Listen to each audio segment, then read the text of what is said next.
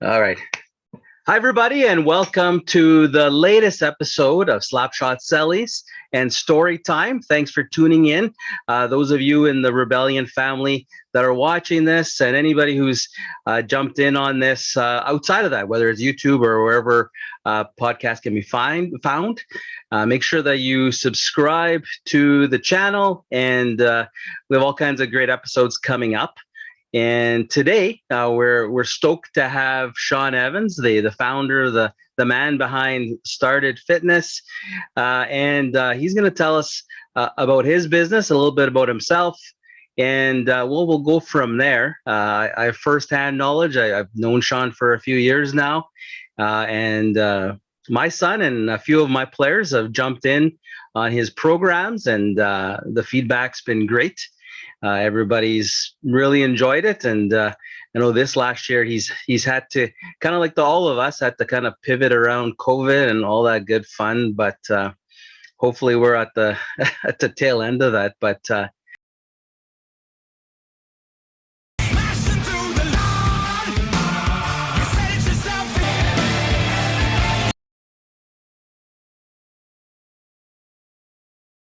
without further ado, Shawn, welcome to the show. Thank you for having me. Yeah, so you keeping well? I am, yeah, just waiting to get back at it, making the gym better, and waiting to get everybody back in here. I saw on Instagram that you added some more weights to the gym. We did, yeah.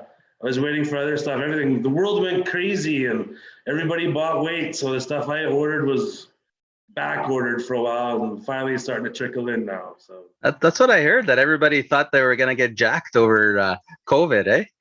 well, there's two ways. People decide they're going to build their own gyms, and then people realize that they don't really know what they're doing, and the home gym isn't for them. So there's a lot of weight available now, we'll say. I bet you there will be a lot of secondhand weights for sale pretty soon.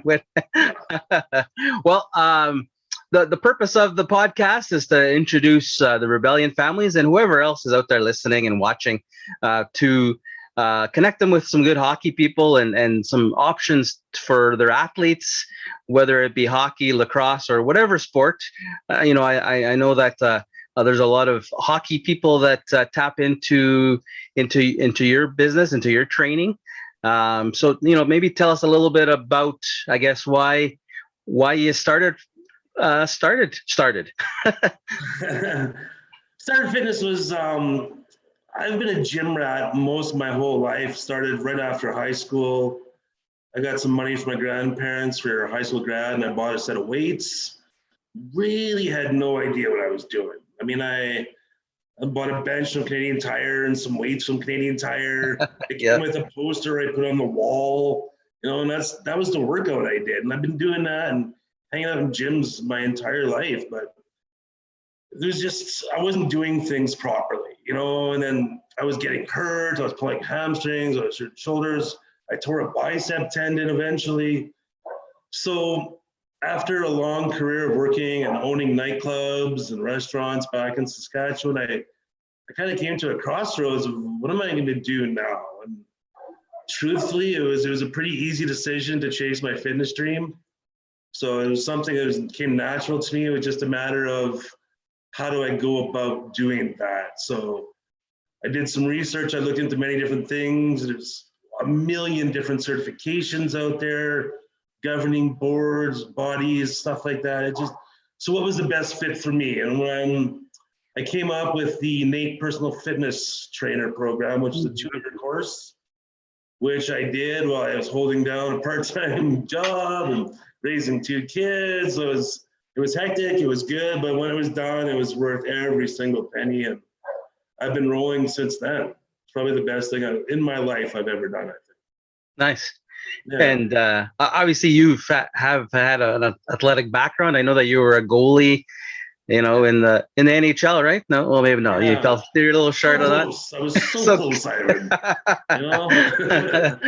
No, I played all my minor hockey in Saskatoon, and I played my junior hockey in Saskatoon. I didn't make major junior. I dabbled a little in junior A, but most of my career was in junior B. And then, dabbled in tournaments and stuff like that.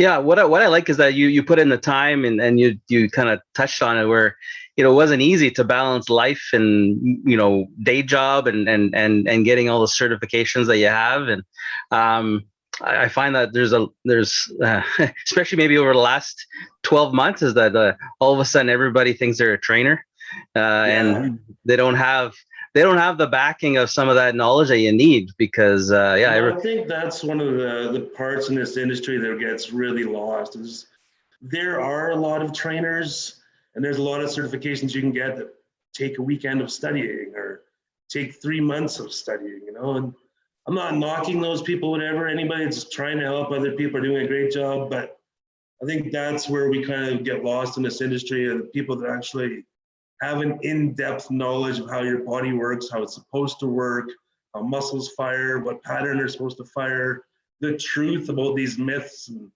my son's going to break a growth plate, or it's going to stunt his growth, or crazy stories like that you hear. yeah, Aren't true, but unless you're trained properly, you might actually believe these crazy things.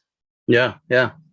No, I guess I know that you deal with hockey players. You have hockey players from the rep club in Sherwood Park and beyond, and some of our rebellion players, including my son. And is it is that your main focus?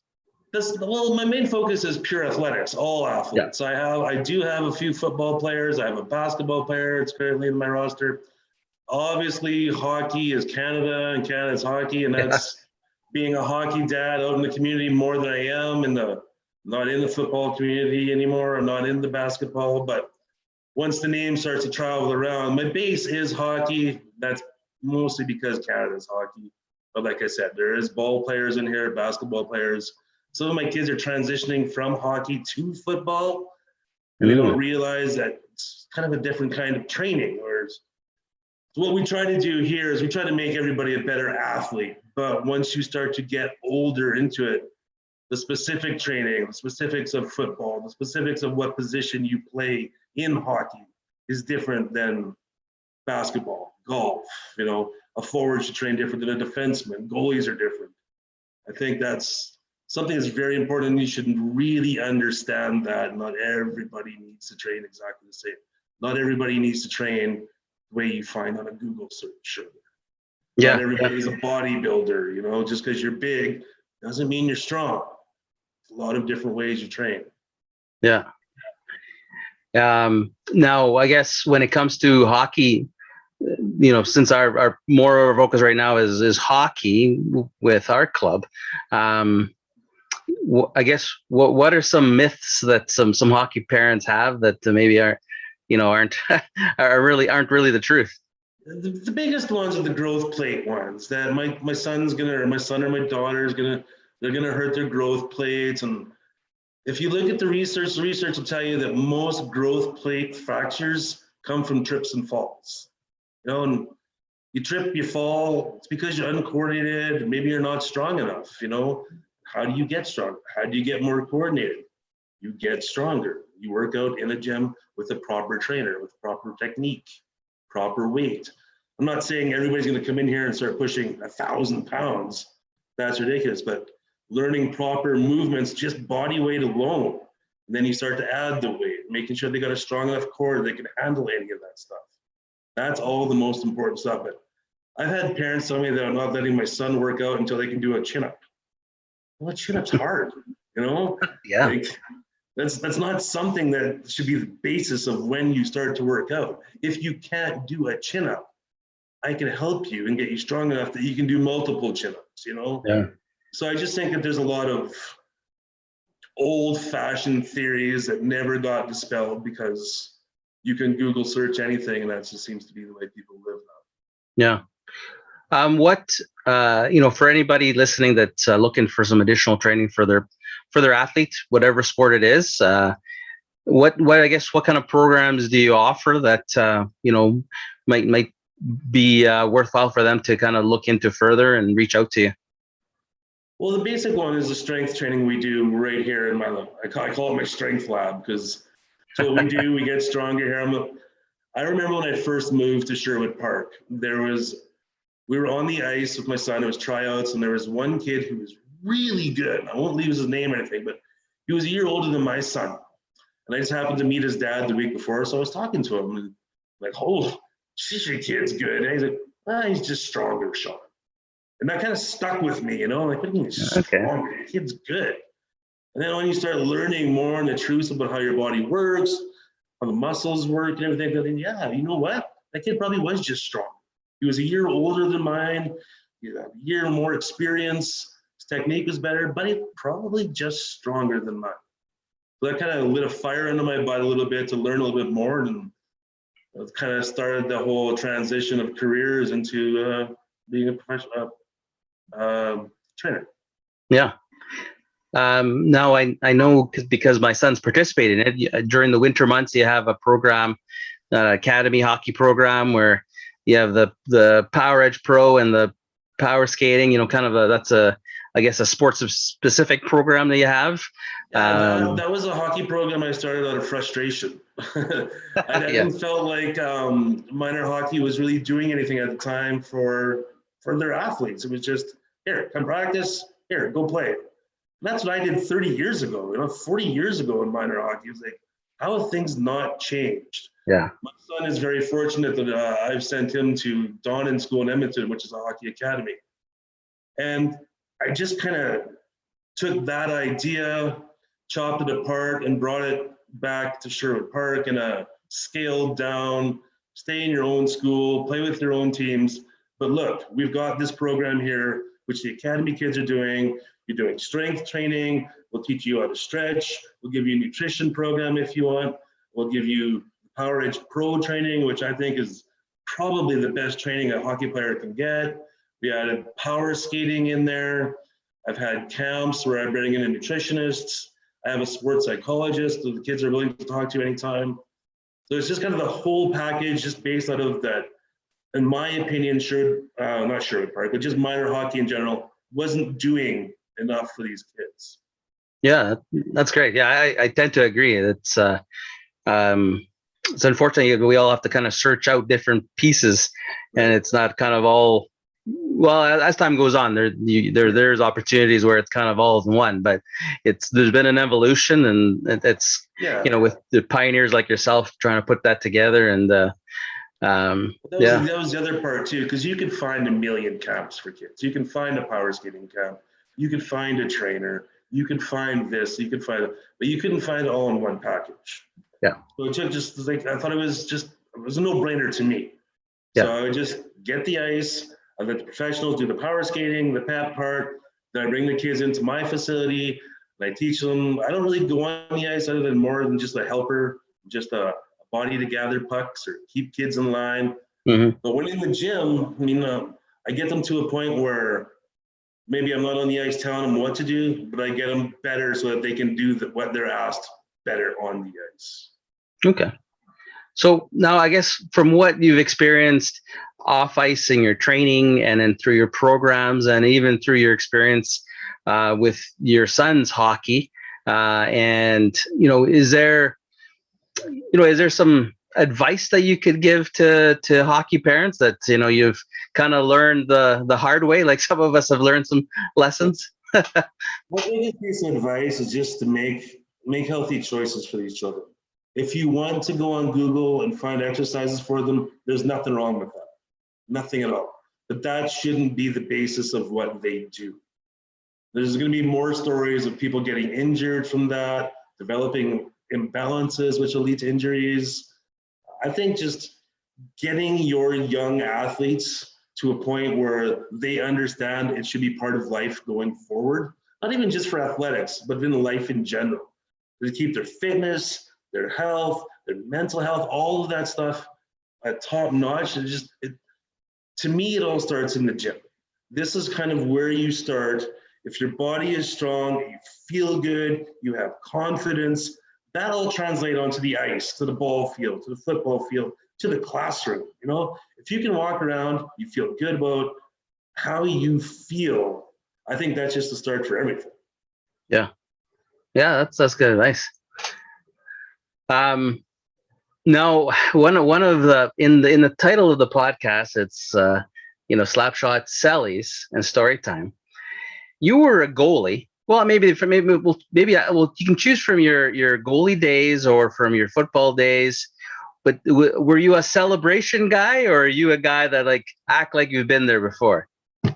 Well, it's an interesting life I've had as a goaltender. Goalies are different breeds. I'm sure every hockey player, hockey parent will see, especially goalie moms. They know their children are different. Yeah. I wasn't a celebrator, but I was pretty cocky as a kid. I was one of those goalies that would chirp you if I made a save, and I'd be in your head the whole time, and if you had the puck cross the blue line, you're having a bad day, I'd be yelling at you to shoot, or I picture you as like a Mike. I picture you as like a Mike Smith. Like another Mike Smith. Maybe a little. Maybe I wasn't as large as I am now back in my junior hockey days, so it's a little bit little. I mean, I was decently talented enough that I could get away with it, but I had a bit of a hot head and a little bit of a temper to go with me too.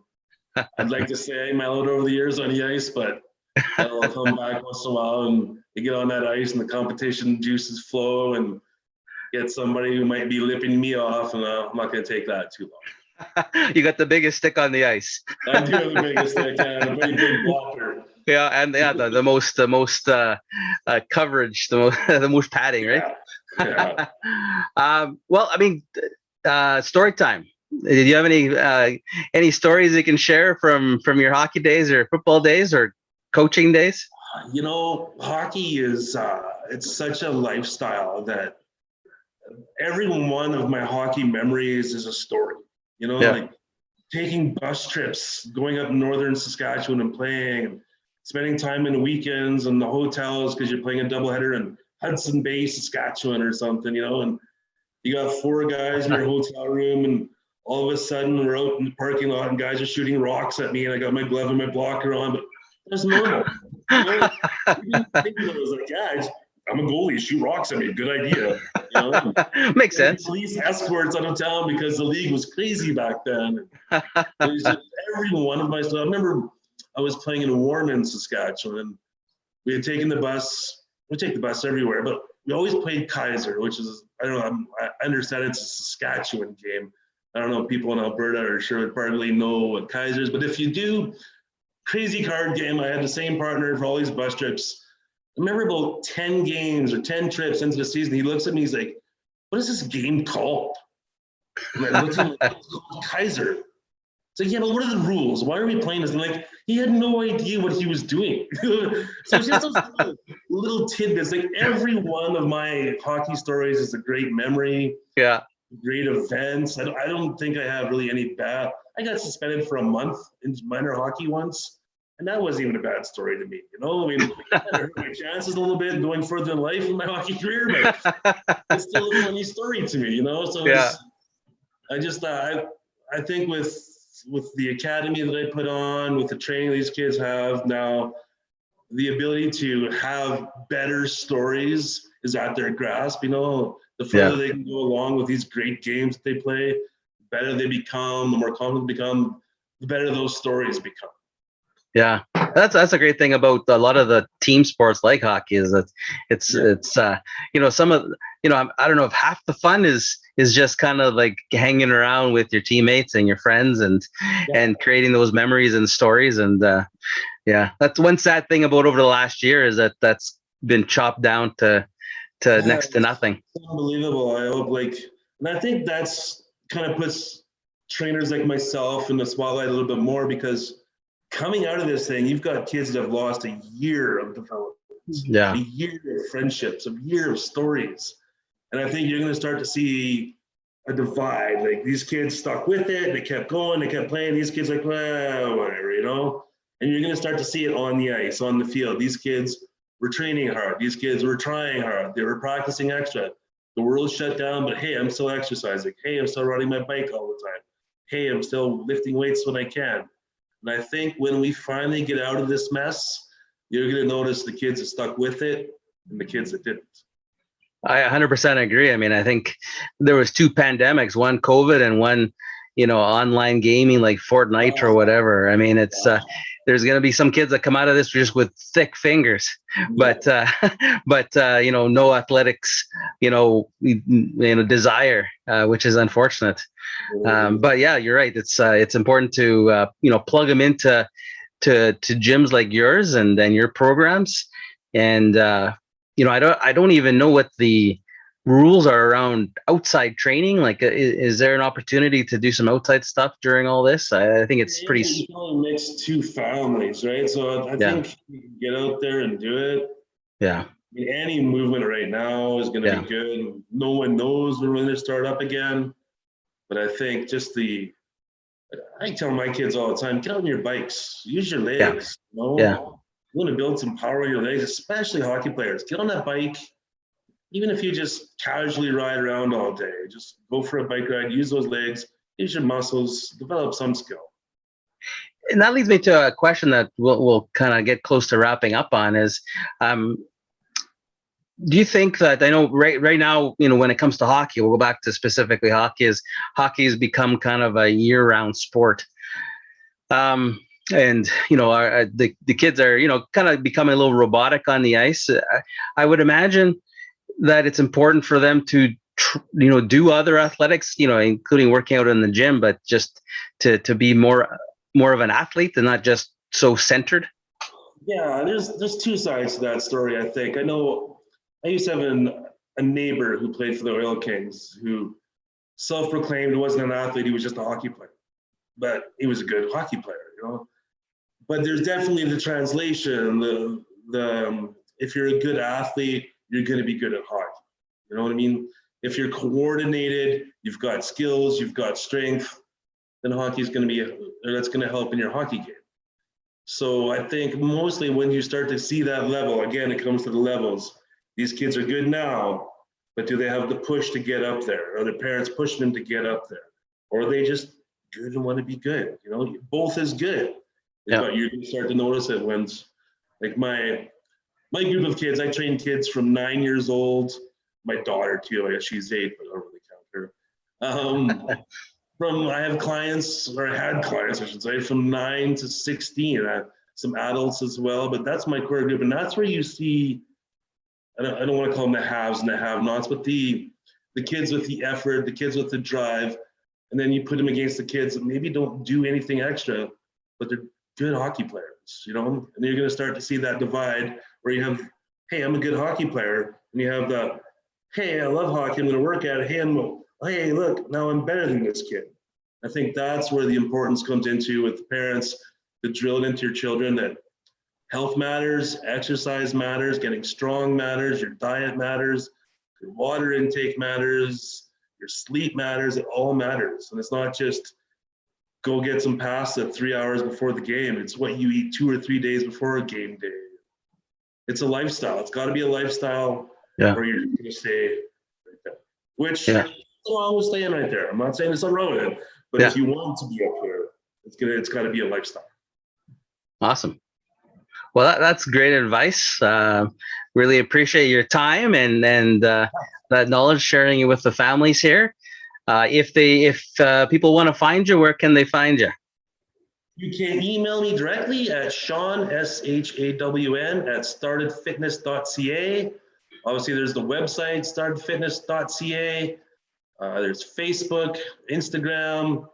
I have Twitter and TikTok, but I'm not very TikTok-y or Twitter-y. So there's a lot of content on Instagram and Facebook. I have a couple new clients on my Instagram stories that I have now that I'm working on. So check out those Instagram stories and you'll see who I'm training. Yeah, Shawn's a great follow on Instagram. He has some great things to kind of to learn from and also be entertained from. So a good balance. We'll have all his information on somewhere around this video where you can link to. But yeah, we appreciate his time hopping on to the Rebellion limo bus, and we look forward to maybe having you down on the show again down the road and seeing you in person and at the rink hopefully at some point here. But everybody, make sure that you subscribe, check out Shawn, and started. And one of the things I like about his kind of, I guess this will be a tagline where get stronger, get faster, get better, get started. So I like that. All you gotta do is get started. Yeah, that's all it starts. It's just got to get started. So thanks again, and we'll catch everybody on the next episode. Thank you.